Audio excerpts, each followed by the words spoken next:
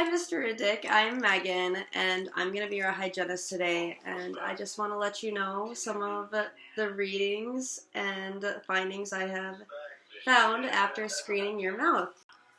So the first thing I want to do is explain what periodontal disease is, also known as gum disease. It's a disease that involves bacteria infecting and causing inflammation in your gums.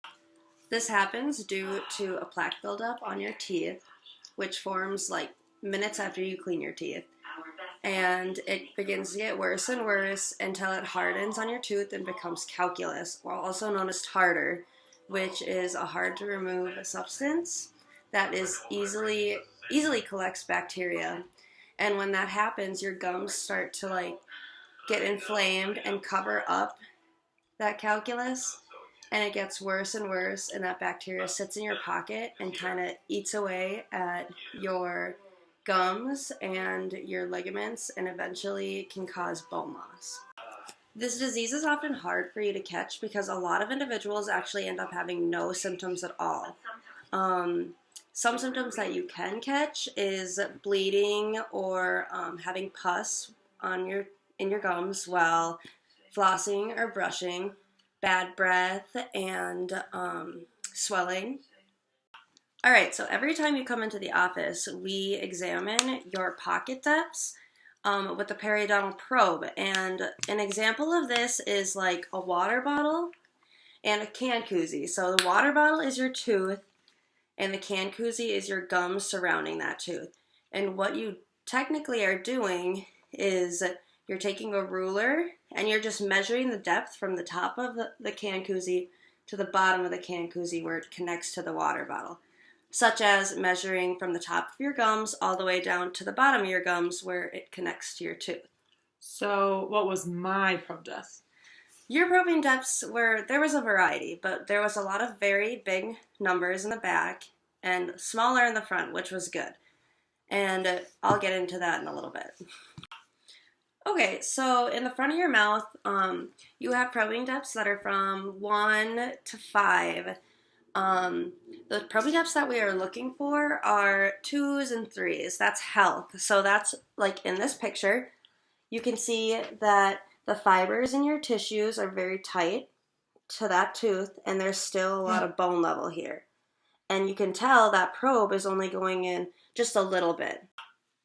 And then you have a couple of 4s and 5s in that area too, and that's when we start to see some gingivitis. And that's when we start to get a little concerned because this tissue is kind of starting to break away a little bit, but you don't have any bone loss yet, so this is reversible. You don't have to worry about losing your teeth at this point if you keep up with good self-care and regular dental visits.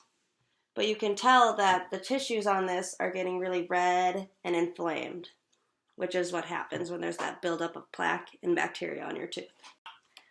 All right, and then when we start getting those 6s, which is most of the teeth in the back of your mouth have those 6s and higher numbers, that's when you start to get early periodontitis, which, as you can see here, there's the buildup of plaque and calculus and bacteria, and those fibers are starting to break away, and that bone level is starting to get a little bit less and less, which is not good considering that this is not irreversible. Like, you cannot get this bone level back. And then when you start getting probing depths of like 7 and higher, you start to get moderate periodontitis, which you can see there's a lot more plaque buildup there.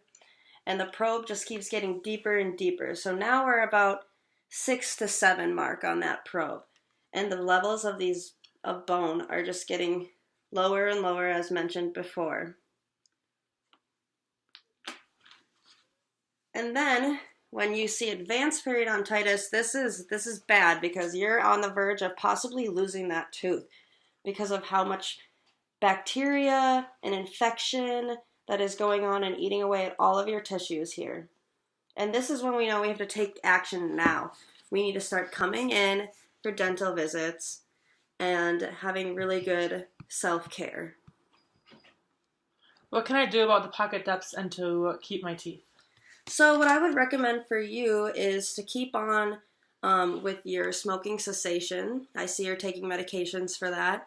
And also, I think that you should start by brushing 2 times a day, flossing 3 times a week at least, using an antimicrobial mouth rinse to get some of that bacteria down.